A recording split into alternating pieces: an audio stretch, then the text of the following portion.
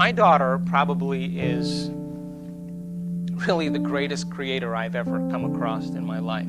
And I'll tell you a few stories of my children in closing.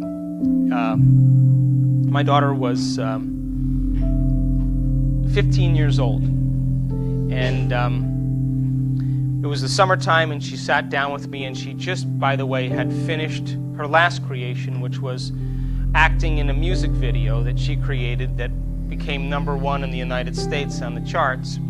And so she was with me at in the summer, and I said, "So, Gigi, what do you want to work on next? What do you want to work on?" And now she's 15 years old, so you can imagine. And she said, "I want an unlimited shopping spree." Now, what am I going to say to her? No? I said, "Okay, here's the deal. You got to practice this every day, and I want you to get very clear on your mind on what it would be like to have the most amazing shopping spree of your life. But you can't get up as the same person who sat down in your meditation. You have to get up like you just had the most amazing shopping spree and you shopped your brains out." And what do you think she said? "No problem, Dad." And so it was the summertime, and in the summertime, children love their freedom. But she worked with me, and I wake up at 4:30 in the morning, and I do my meditation, and then I'm waiting for her, and I hear the alarm go up, and I hear her rustle around in there, and then I hear her settle down, and I wait, and 30 minutes later, boom, the door opens up, and I look at her and I go, "How was it?" And she go,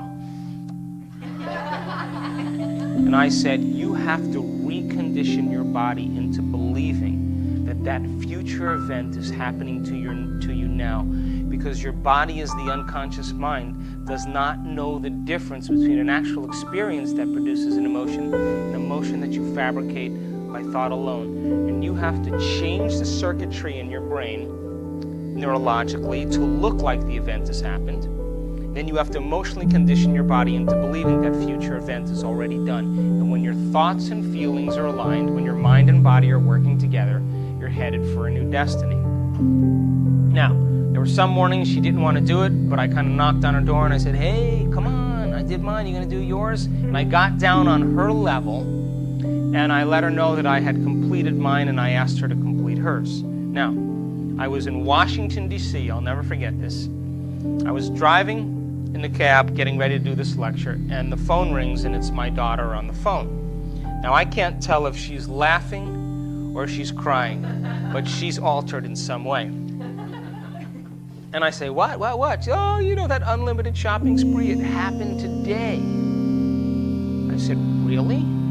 Tell me everything, don't leave anything out." She said, "Okay." And she was visiting a friend of hers in Santa Monica, California. And I live in the Pacific Northwest in Seattle. And she said, "Okay, Dad, I went to my favorite store. And my buddy and I were, rifling through the racks. You know how kids do that. And she said, all of a sudden, this guy walks up to us, my friend and I, and says to my friend, 'Hey, is your father Sam Borelli?' And the young girl says, 'Yeah, that's my dad.' He said, 'Okay, you two come with me.' So he takes these two kids, he walks them behind the counter, and then behind the door, and he says, 'Listen, your dad did me a major favor 6 months ago, and I've been trying to figure out a way to pay him back.' And so he reaches into his pocket, and he pulls out the company credit card, and he said, 'Ladies, have a nice afternoon.' So the cab pulls over on the side of the road, and I say to my daughter, 'How much did you spend?' She said, 'I spent $7,500 today, Dad.' I said, 'Do you feel guilty about that?' She said, 'Nope.' And I said, 'Never feel guilty for anything you do, good or bad.